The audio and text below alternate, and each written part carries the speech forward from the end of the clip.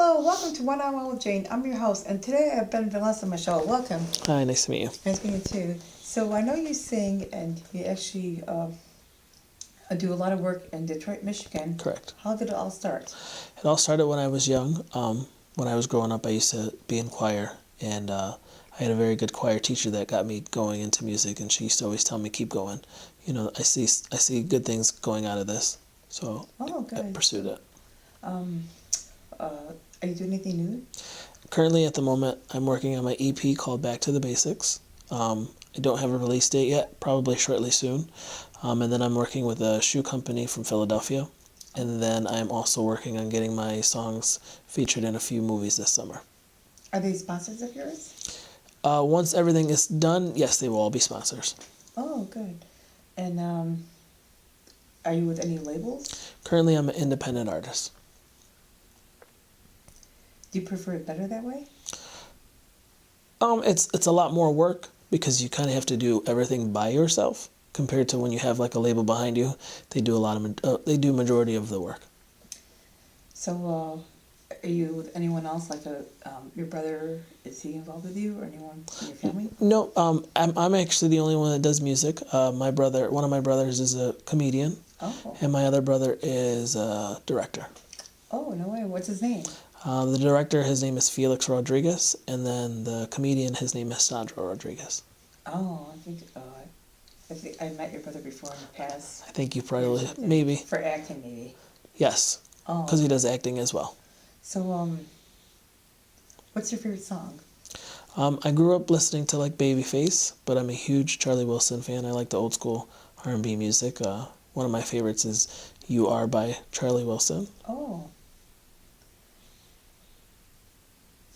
Give me a sample of how you sing. I have a feeling you do good because I saw you work online. So the record I just released is called You and Me. It kind of goes a little something like, baby, baby, it's now or never, baby, baby. Oh, good. And do you actually write music based on someone you're inspired by? Yeah, I write a lot of things about my wife. I write a lot of music about just situations that go on in life. Whether it be good, bad, or ugly. I just kind of like to... It's easier for me to write about certain things that go on. Do you write better when you're in love or you're pissed? It just depends. I've never really wrote like a song when I was pissed. Mm-hmm. It was more like kind of like in love, or if I felt like I wanted to go out on the weekends and I heard something, I wanted to write a song better. Oh, that's good. Yeah. Seems like some writers come up with ideas that by looking at someone or being inspired by someone. So, do you always draw from experience when you write? Like 50-50, I would say. Just depends, like I said, whatever the situation is when I write music.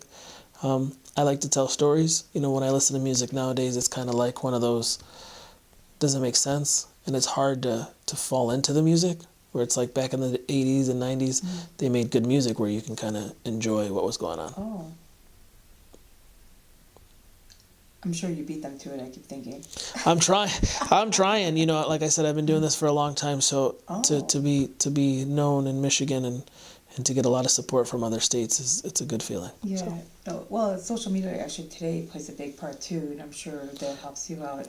Yeah, because when I first started social media, I think at that time there was only MySpace, so there wasn't like a huge social media outlet where you can put music and do all those things. So nowadays, social media is a huge pinpoint to music.